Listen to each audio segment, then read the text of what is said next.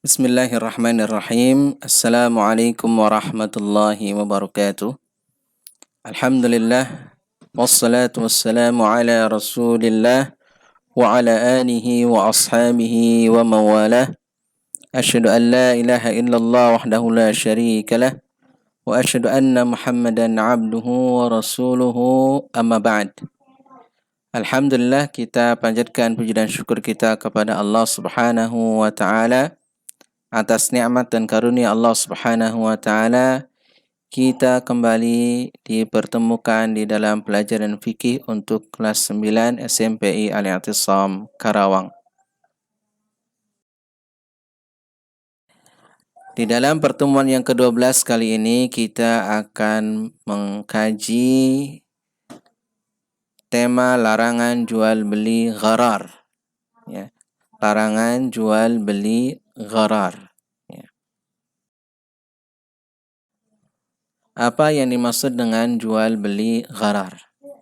Ya, perhatikan di situ pengertian jual beli gharar. Kata beliau, yaitu penulis kitab At-Tadhib fi Adillati Matn Ghayati wa Taqrib, Syekh Mustafa Dib Al-Bugha mengatakan, huwa kullu bay'in fihi jahalatun taj'aluhu mutaraddidan bainal manfa'ati wal mafsadah wa ghairu ma'lumin nataiji ka bai'il hamli fil batni wal labani fil dar'i wa majhulus sinfi wa nahu dhalik. Jual beli gharar yaitu setiap jual beli yang di dalamnya ada ketidakjelasan, ya, tidak jelas, banyak hal tidak jelasnya, ya. Tidak jelas sisi jenisnya, mungkin juga tidak jelas sisi harganya, tidak jelas sisi ukurannya, semua ada ketidakjelasan. Menjadikannya berbolak-balik antara manfaat dan mafsadat atau kerusakan. Artinya ketika seseorang itu melakukan jual beli dengan seperti itu, dia tidak tahu bahwa itu bermanfaat atau tidak. Bahkan mungkin sesuatu itu bisa saja mafsadat, rusak. Misalnya adalah barangnya itu tidak jelas. Tidak jelas apakah dia masih berfungsi atau tidak berfungsi. Ya, nggak jelas. Ya. Dan tidak diketahui hasilnya. Hasilnya seperti apa nggak tahu. Yang penting jual beli begitu. Seperti jual beli bayi binatang yang masih di dalam perut. Misalnya kambingnya masih ada di dalam perut ibunya, ibu kambingnya tersebut. Sehingga dia tidak tahu bahwa bayinya itu nanti ketika lahir dalam keadaan sehat atau sakit, atau dalam keadaan laki-laki, maksudnya jantan atau betina, atau bagaimana keadaan bayinya ketika lahir, begitu. Apakah dia sampai lahir atau tidak sampai lahir? Karena masih di dalam perut binatang. Ya. Demikian juga air susu yang masih di dalam kantong kelenjar susu binatangnya. Ya, dulu mungkin, ya, kalau sekarang mungkin tidak ada, ya. Sekarang. Kalau dulu mungkin karena memang dulu tidak ada yang kulkas atau apa segala macamnya, penyimpanan yang bisa bisa lama begitu. Kalau sekarang mungkin sudah ada dalam kulkas ataupun freezer atau yang sejenisnya. Ya, yang dimaksud adalah jual beli barang yang tidak jelas, ya, tidak jelas jenisnya dan yang semacamnya. Nah, ini disebut dengan jual beli gharar.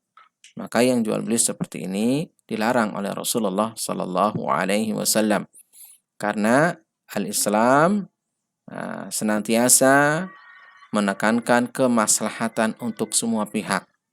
Ya, kalau jual beli gharar ini, ya, mungkin saja akan menghasilkan keuntungan bagi penjual, akan tetapi akan menyebabkan kerugian bagi pembeli. Maka kita harus perhatikan dengan sebaik-baiknya.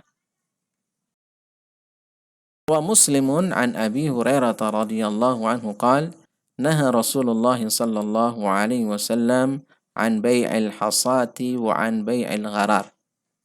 Imam Muslim meriwayatkan dari Abu Hurairah radhiyallahu an, dia berkata, Rasulullah Shallallahu alaihi wasallam melarang jual beli hasad dan jual beli gharar. Ya, untuk jual beli gharar kita tadi sudah dijelaskan tentang definisinya, pengertiannya. Jadi dilarang jual beli gharar tersebut.